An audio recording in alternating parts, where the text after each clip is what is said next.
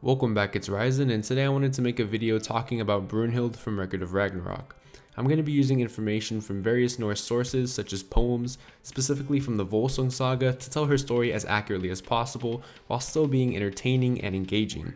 I will then connect it to Record of Ragnarok and give my thoughts and theories on how the Brunhilde of the Ragnarok verse will compare to her Norse mythology counterpart. I will even be giving my theory on the big question, why does Brunhilde care so much about humanity? Before I get right into it though, I just wanted to briefly mention a few things, the first of which being my main inspiration for this video, Miss Content. His chapter reviews really sparked my interest in Brunhilde's backstory, and I linked his Record of Ragnarok playlist in the description for you guys to check out. Additionally, I got the majority of my information from a podcast called Myths and Legends, which is known for its accuracy and faithfulness to original texts, so I'll include a link to the podcast as well for anybody who is interested.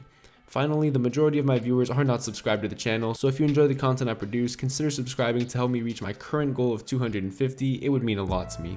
With all that out of the way, let's officially start the video by telling the story of Brunhilde. The story starts out with a man named Sigurd, or Siegfried depending on who you ask, who had slain a massive dragon and looted its treasure. One of the notable items he had received from this treasure was a cursed ring. After looting, he rode off into the distance and found a keep that was surrounded by fire. He approached it at full speed, and his horse, that was selected for him by Odin, jumped clean over the wall of fire. He climbed to the top of the building and saw somebody sleeping in a full suit of armor. The person wouldn't awaken, so he tried cutting them out of the armor with a sword that was, of course, from Odin, and the sword cut through the armor like butter. It is worth noting that Odin's reasons for involving himself in Sigurd's affairs is completely unknown, but Odin does tend to stir conflict, so he probably bestowed these things upon Sigurd to allow the events of the myth to occur in the first place.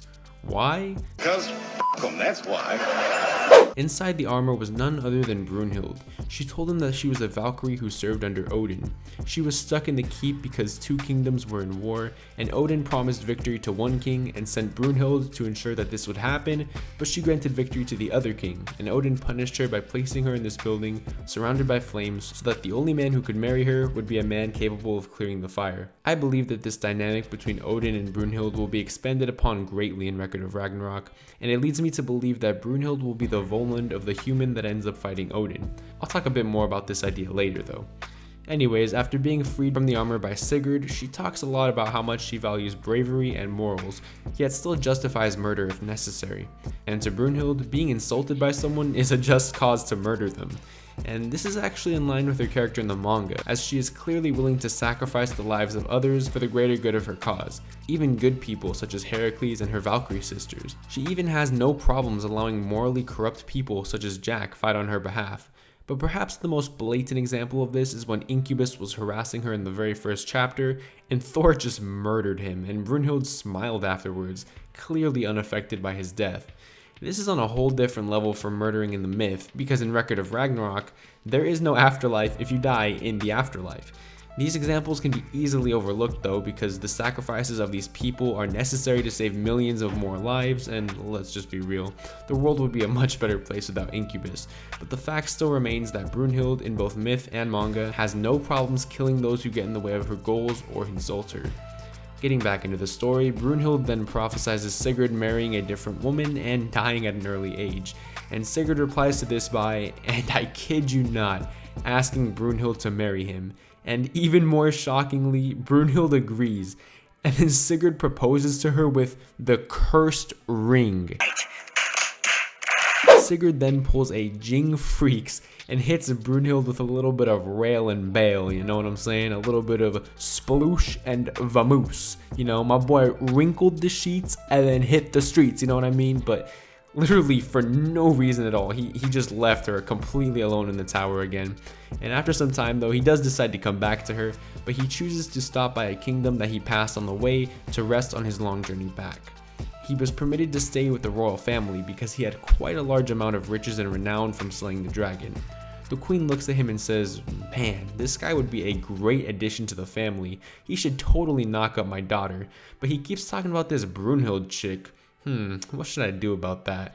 So the queen ducks into her Redditor incel cave and pulls out a literal roofie and puts it in Sigurd's drink. Turns out it was actually a super roofie that forced Sigurd to forget Brunhilde ever existed. 3 years pass and Sigurd is married to Gudrun, one of the daughters of the royal family, and fighting on behalf of their kingdom. The queen then decides, screw it, we might as well try and get that Valkyrie chick in the family too, and sets up a plan to get one of her sons named Gunnar to marry Brunhilde. Knowing that Sigurd is the only one that can jump over the fire, the queen gives Sigurd a potion that allows him to swap bodies with Gunnar so that he can trick Brunhilde into believing that it was Gunnar who cleared the fire. Their plan was a success, and Brunhilde said, screw it, and committed to marry Gunnar. Brunhilde removes the curse ring and gave it back to Sigurd, who again was disguised as Gunnar. Some time passes and they're all living in the kingdom together, preparing for Brunhilde's wedding. And Brunhilde sees Sigurd and his wife living together, and Brunhilde is absolutely devastated when she realizes that Sigurd has forgotten about her, and seeing the couple live so happily together truly breaks her. On the day of her wedding, the spell cast upon Sigurd by the queen now breaks, and now Sigurd is heartbroken as well, seeing his true love be wed off to another man. Fast forward into the future, and everybody is still living together in the castle, and Brunhilde and Sigurd are miserable without each other.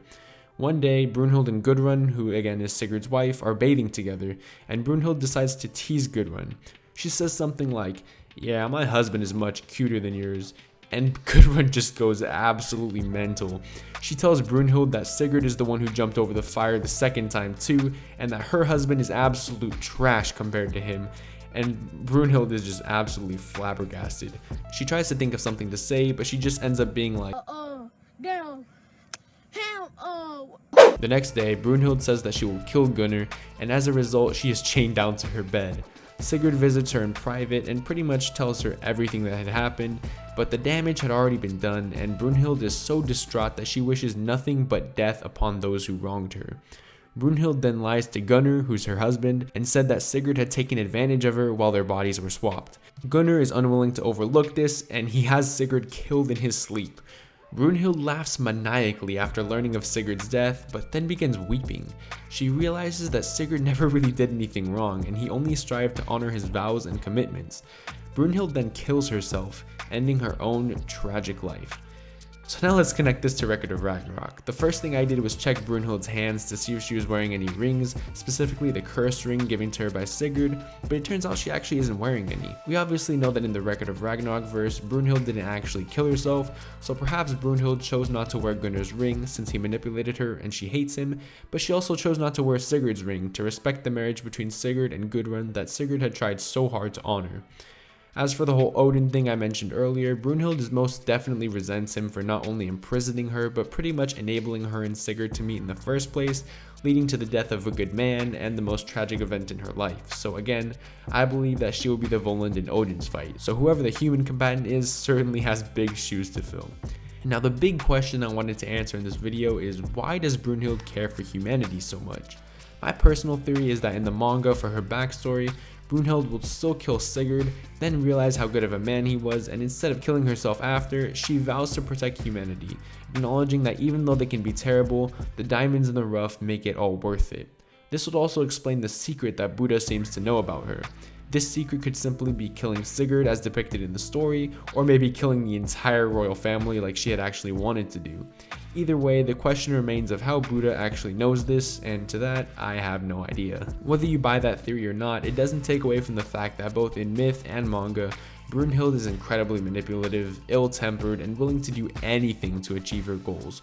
Her rage and occasional insanity make her character very unpredictable, and I'm really looking forward to see how her character is handled from here on out. That's about it for this video. I hope you enjoyed it, and if you did, please be sure to leave a like, as it really does help out a small channel like mine. Please leave a comment letting me know your thoughts, as I really do enjoy reading and replying to comments, and if you enjoy content on Record of Ragnarok, please be sure to subscribe, as I intend on ranking rounds 1 through 6 and making a character tier list as well. I'm also going to be reviewing every single round from here on out, so there's going to be plenty of Record of Ragnarok content in the future on this channel. My subscriber goal is currently 250, so every sub will help me out tremendously. Additionally, I do chapter reviews on Jujutsu Kaisen, Boruto, and One Piece, and I have a ton of other videos on anime and manga, so be sure to check it all out. I have links in the description for all of that. Again, I also link to Myths Content and the Myths and Legends podcast in the description as well, so please check them out. Thank you so much for making it to the end, and have a great rest of your day. Goodbye, guys. Man, this Ryzen guy has some great videos, but I don't got time to be watching that. I gotta be animating Record of Ragnarok right now.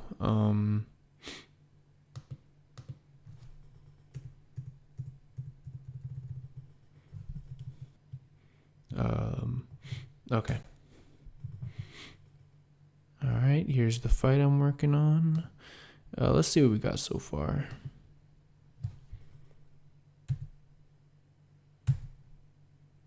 Dang, that's really good. I just need to add some transitions and call that bad boy a wrap.